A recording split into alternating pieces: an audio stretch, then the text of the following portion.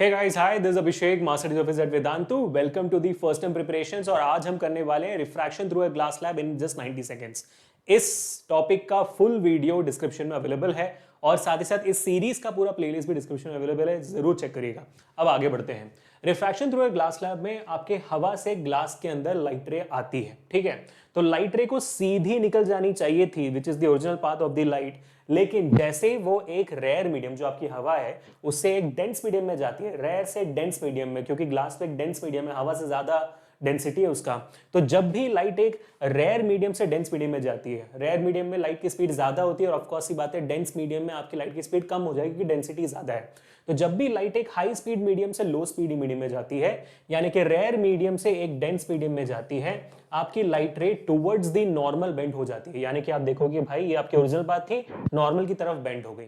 तो जो लाइट आई थी उसको हम इंसिडेंट रे कहते हैं और the angle made by the incident ray and the normal is called as the angle of incidence. और जो लाइट रे बेंड होकर ग्लास के थ्रू निकल रही है इसको हम कहते हैं refracted ray, and the angle made by the normal and the refracted ray is called as the angle of refraction, ठीक है।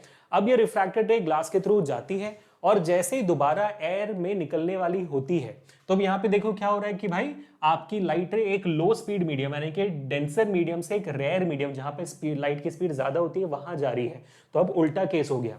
तो पहले वो टुवर्ड्स द नॉर्मल बेंड हो रही थी, अब वो नॉर्मल से दूर जाएगी। तो लाइट रे को ऐसे सीधे निकलनी चाहिए थी, लेकिन सीधे निकलने के बदले away from the normal bend हो जाएगी। और इस रे को हम बुलाएंगे एमर्जेंट रे, क्योंकि ये ग्लास स्लैब के बाहर एमर्ज हो रहा है तो इसको हम एमर्जेंट रे बुलाएंगे। And the angle made by the emergent ray and the normal will be called as the angle of emergence. अब इनमें नोट करने वाली दो तीन चीजें हैं। आप देखोगे इंसिडेंट रे और एमर्जेंट रे हमेशा पैरेलल होंगे ग्लास स्लैब के थ्रू, क्योंकि एंगल ऑफ इंसिडेंस और एंगल ऑफ एमर्जेंस हमेशा एक दूसरे से इक्वल होंगे, याद रखिएगा। दूसरी चीज याद रखने वाली है कि जब भी लाइट रे हाई स्पीड से लो स्पीड जाती है, यानी कि एक रेयर मीडियम से डेंस मीडियम जाती है, आपकी angle I, angle of incidence, हमेशा एंगल ऑफ रिफ्रैक्शन से ज्यादा होती है, याद रखिएगा। और वैसे ही जब भी लाइट एक डेंस मीडियम से रेयर मीडियम में जाती है, यानी कि एक लो स्पीड मीडियम से हाई मीडियम में जाती है, तो हमेशा याद रखना कि आपका एंगल ऑफ इंसिडेंस आपके एंगल ऑफ रिफ्रैक्शन से छोटा होगा, ठीक है। अब दूसरी बात, जैसे हमने कहा था कि लाइट रे सीधी निकल जानी चाहिए थी लेकिन ग्लास स्लैब बीच में आ गया, तो अब वो लाइटें ऐसे जा रही है ना।